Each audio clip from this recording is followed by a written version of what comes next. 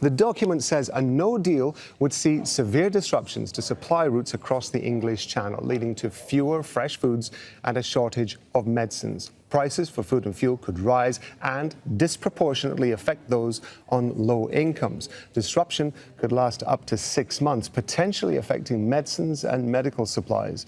The report also predicts all of this would give rise to protests and counter-protests across the UK. Let's speak to Alex De Ruyter in Birmingham. He's the director of the Centre for Brexit Studies at Birmingham City University. Thank you very much indeed for your time, sir. You're in a city which has a large cross-section of the UK society, but has a significant proportion of people who are going to be directly affected if there is a no-deal Brexit.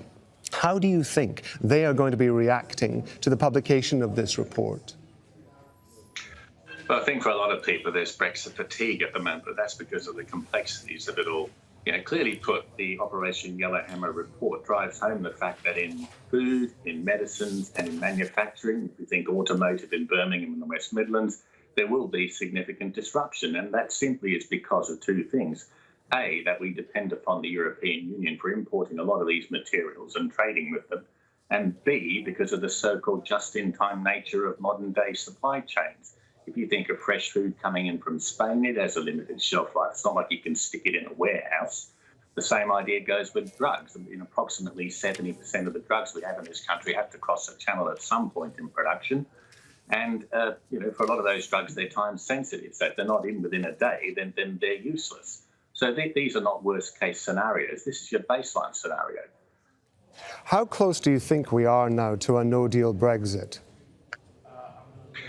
Well, of course, with Parliament having mandated for Boris Johnson or the Prime Minister as such to go to Brussels and seek an extension to at least the 31st of January, unless he can get a modified withdrawal agreement in place by the 19th of October, the threat of an immediate no deal has receded somewhat. But as your correspondent pointed out there, the 31st of January is only another 3 months after the October deadline. That's not very long. And for whatever the government says, in the absence of any concrete alternative proposals to Brussels, as Barnier has pointed out, one can only surmise that the most likely direction of travel is going to be no deal. Hence, it's not surprising that Boris Johnson would seek an election to try and get a majority, because at the moment he's confronted with a parliament that is resolutely against leaving the European Union without a withdrawal agreement.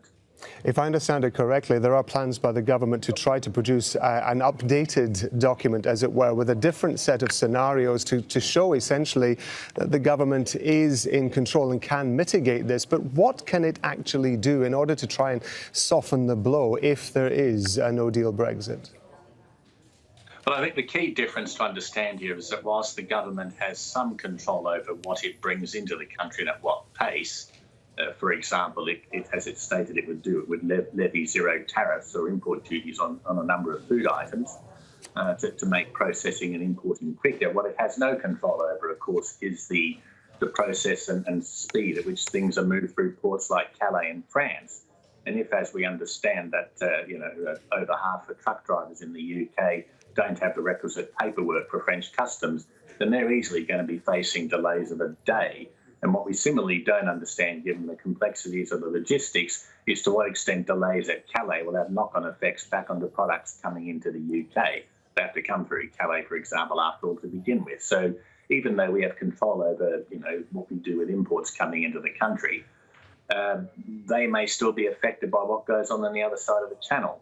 I suppose the other point to comment on here is that whilst the government has spent £4 or £5 billion on so-called no-deal preparations, this is minuscule compared to the estimates of what we might actually face. Jaguar Land Rover, of course, our prestige car manufacturer in the West Midlands, estimates that the cost of a no-deal Brexit will be in the order of £1.5 billion. And the Office for Budget Responsibility, the government's own economic forecaster, suggests that borrowings would have to increase in the order of £30 billion per annum. So I think this is just a damage limitation exercise on the part of the government. And for a lot of businesses, they will be caught out by this simply given the timeframes involved. Alex De Ruyter, good to get your thoughts on this. Thank you very much indeed.